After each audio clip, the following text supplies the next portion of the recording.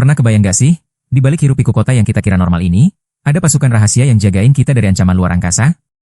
Bukan superhero di film-film. Tapi mereka ini agen-agen keren bersetelan hitam yang tugasnya memastikan bumi tetap aman dari alien-alien jahat. Dan kali ini, gue mau ceritain salah satu kisah mereka yang, katanya sih, gak pernah terjadi. Siap-siap, karena ini bakal jadi perjalanan yang gak cuma bikin kita melongo, tapi juga mungkin sedikit baper. Cerita kita dimulai di tahun 1978. Ada sebuah planet namanya Zartar, yang lagi porak-poranda karena perang dahsyat selama 50 tahun. Mereka punya harta karun paling berharga, Light of Zartar, sebuah energi kosmik yang kekuatannya nggak main-main.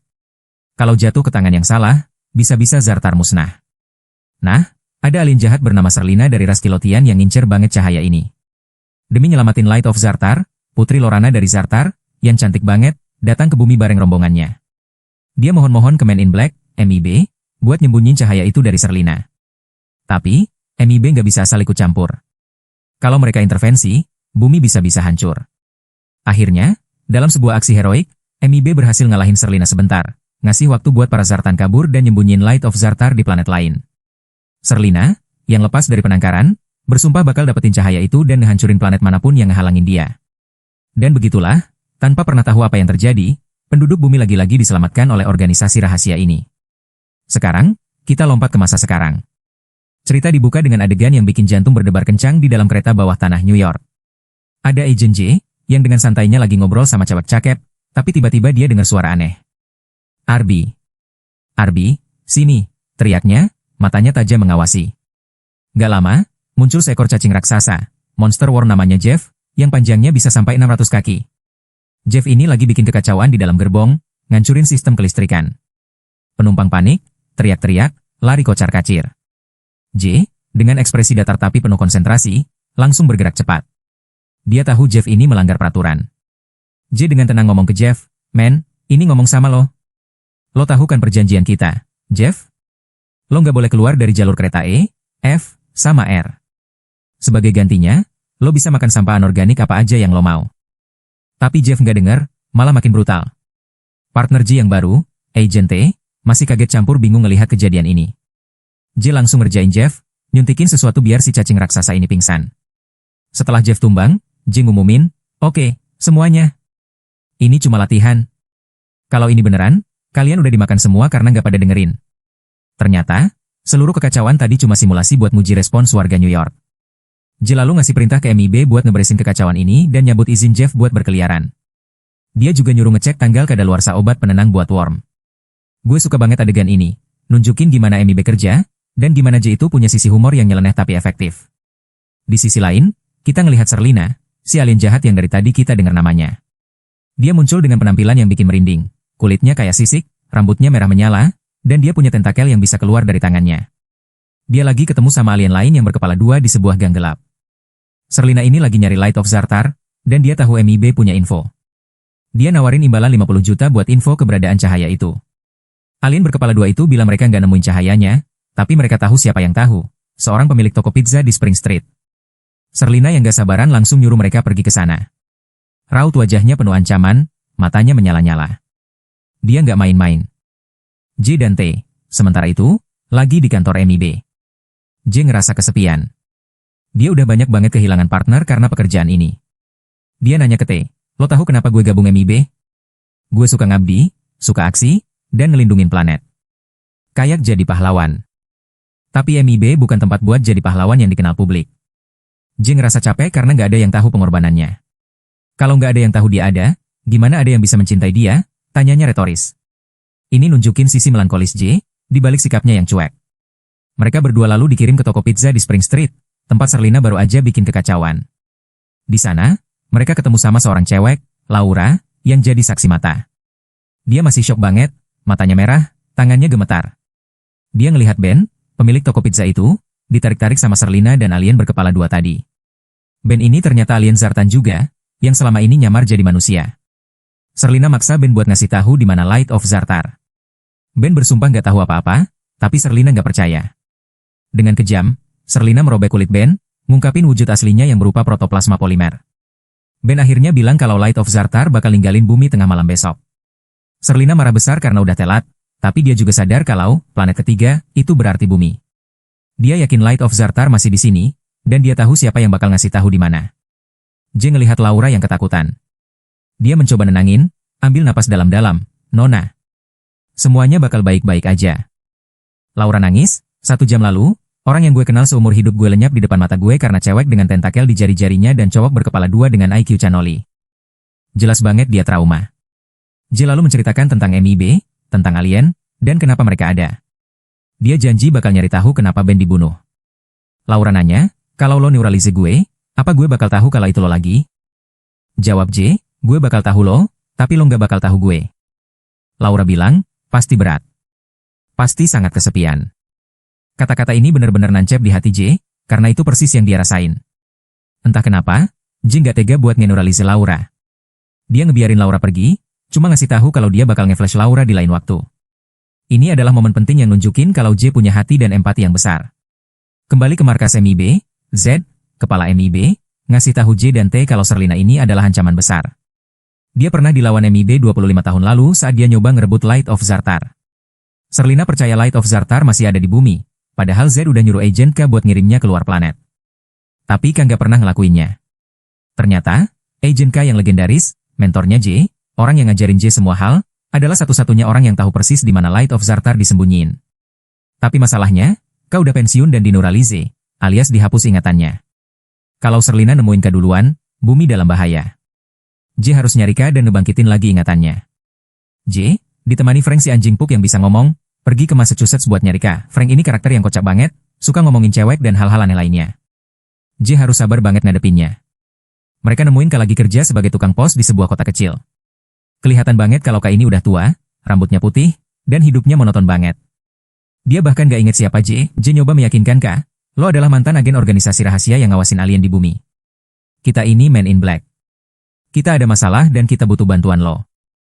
K cuma ngelihat J dengan tatapan kosong, nyaranin J buat pergi ke klinik kesehatan mental. J nggak nyerah. Dia terus-terusan nyoba ngebangkitin ingatan K, ngomongin hal-hal yang dulu K suka. Tiba-tiba, muncul sekelompok alien aneh yang lagi nyamar jadi manusia di kantor pos itu. Mereka semua mulai ngomong bahasa alien yang aneh banget, poka. K, tanpa sadar, mulai ngasih perintah dalam bahasa MIB, Barrel, kordon area ini. Billings, gue mau pembersihan perimeter penuh di sini, sekarang juga. J kaget, dengerin diri lo, K. Siapa yang ngomong kayak gitu? K sendiri bingung dengan omongannya. J sadar, di dalam diri K yang tua dan pelupa itu, masih ada agent K yang legendaris. J lalu ngajak K naik mobil MIB-nya. K masih nggak percaya, tapi ada sesuatu di dalam dirinya yang terpancing. Di jalan, J ngomongin soal bintang-bintang, lo tahu nggak, K, waktu lo ngelihat bintang di malam hari, lo ngerasa ada sesuatu yang dalam di perut lo, kayak lo nggak tahu siapa diri lo? Kayak lo tahu lebih banyak tentang apa yang terjadi di luar sana daripada di sini? Kata-kata J ini benar-benar nusuk K, karena itu persis yang K rasain selama ini. K akhirnya setuju buat ikut J. Dia bilang, gue cuma mau jalan-jalan. Kalau ada yang nggak beres, gue cabut. Mereka sampai di markas MIB yang udah hancur berantakan karena diserang Serlina. J ngajak K ke unit deneuralizer, alat yang bisa ngebuka kembali ingatan yang terhapus. Tapi deneuralizer resmi udah rusak. J terpaksa nyari deneuralizer ilegal dari seorang alien bernama JFS, yang punya toko elektronik di pasar gelap. JFS ini dulu pernah deneuralize sama K, jadi dia punya dendam. Tapi karena J maksa, akhirnya JFS mau bantu. Proses deneuralisasi K ini nggak mulus. Kepalanya meledak, terus tumbuh lagi. J panik, tapi K bilang, kepalanya tumbuh lagi. Ini nunjukin betapa aneh dan berbahayanya teknologi alien. Ingatan K mulai kembali, tapi nggak sepenuhnya. Dia masih bingung, sering lupa, dan tingkah lakunya aneh. Tapi dia mulai ingat beberapa hal, termasuk petunjuk-petunjuk yang dia tinggalkan sendiri kalau dia harus dideneuralize. Petunjuk pertama adalah foto di toko pizza Ben, yang nunjukin kunci yang tergantung di paku. Kunci itu buat loker di Grand Central Terminal. Mereka pergi ke sana, dan di dalam loker itu, mereka nemuin sebuah jam tangan dan sebuah tablet video. Tablet video itu ternyata berisi rekaman lama dari tahun 1978. Rekaman itu nyeritain kembali kisah Putri Lorana dari Zartar yang datang ke bumi buat nyembunyiin Light of Zartar. Lorana mohon-mohon ke MIB buat bantu dia, tapi Z, kepala MIB saat itu, bilang mereka nggak bisa intervensi karena itu bakal ngebahayain bumi. Tapi, di rekaman itu, kemudian lihat Lorana yang sedih dan ketakutan. K nggak tega. Dia ngambil keputusan yang berani dan melanggar perintah Z, dia nggak ngirim Light of Zartar keluar planet. Dia nyembunyinya di bumi. Rekaman itu nunjukin kamu udah lagi ngobrol sama Lorana, dan ada percikan asmara di antara mereka. J baru sadar, K menyembunyikan Light of Zartar di bumi karena dia jatuh cinta sama Putri Lorana. Dan yang lebih mengejutkan, Light of Zartar itu ternyata adalah Putri Lorana sendiri, yang saat ini adalah Laura, saksi mata yang J temui di toko pizza. Laura adalah Light of Zartar yang sesungguhnya, simbol harapan bagi kaum Zartan. J dan K harus buru-buru nyelamatin Laura, karena Serlina pasti udah tahu identitas aslinya. Mereka pergi ke tempat Laura disembunyikan sama alien-alien worm teman J, tapi Serlina udah duluan sampai di sana. Dia nyulik Laura dan ngambil gelang yang dipakai Laura. Gelang itu ternyata adalah penunjuk arah Light of Zartar, dan juga alat yang bisa meledak kalau nggak segera diluncurkan ke luar angkasa. Waktu terus berjalan. Mereka cuma punya waktu kurang dari 40 menit sampai tengah malam, kalau nggak, bumi bakal hancur.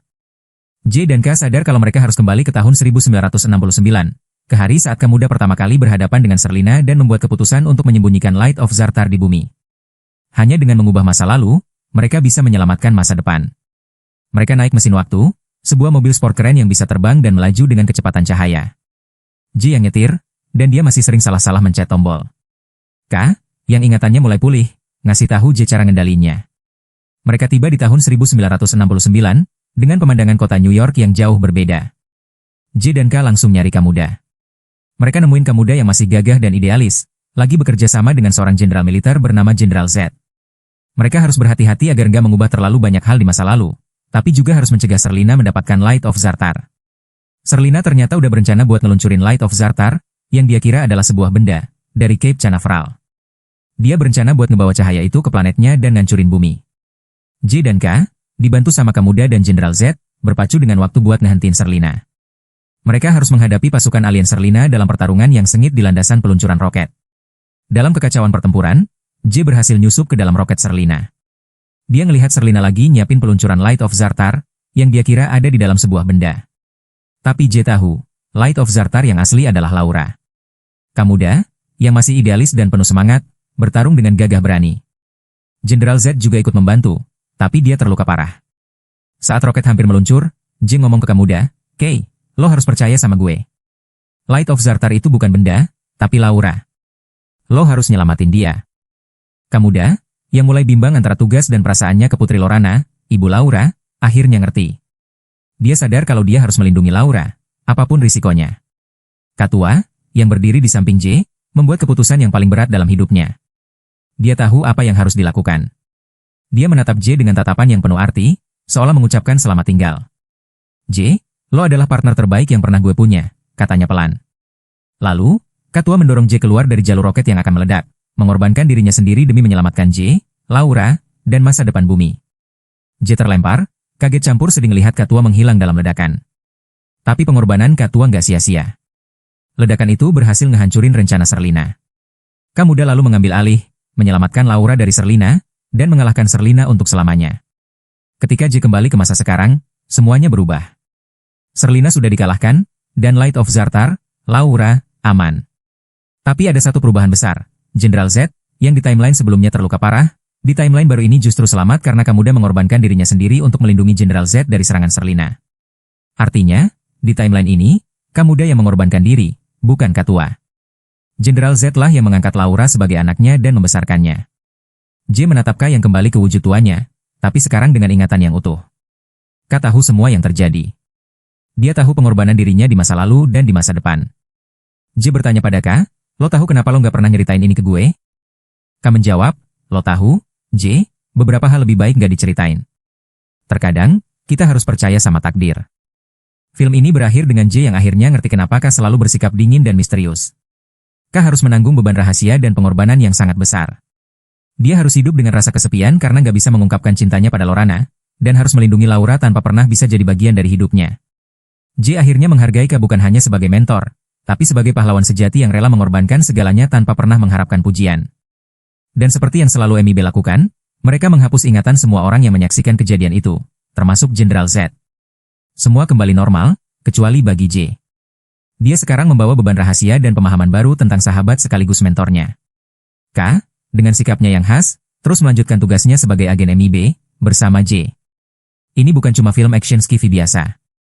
Ini adalah cerita tentang persahabatan, pengorbanan, dan bagaimana keputusan kecil di masa lalu bisa punya dampak besar di masa depan.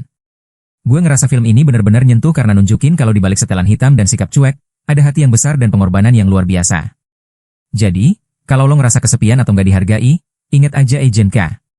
Karena kadang, pahlawan sejati itu bekerja dalam bayang-bayang, memastikan dunia tetap berputar, tanpa kita sadari.